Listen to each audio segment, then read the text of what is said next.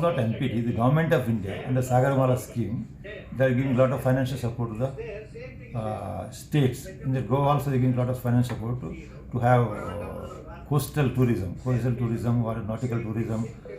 In this front, we have established 2-3 floating point also. In future, they are asking plan from the state government and asking Goa to MP to coordinate with state government so that we can have a cordial relation and we can establish the project cordially.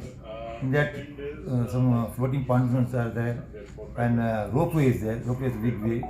Project is there. We are in discussion with state government in this matter.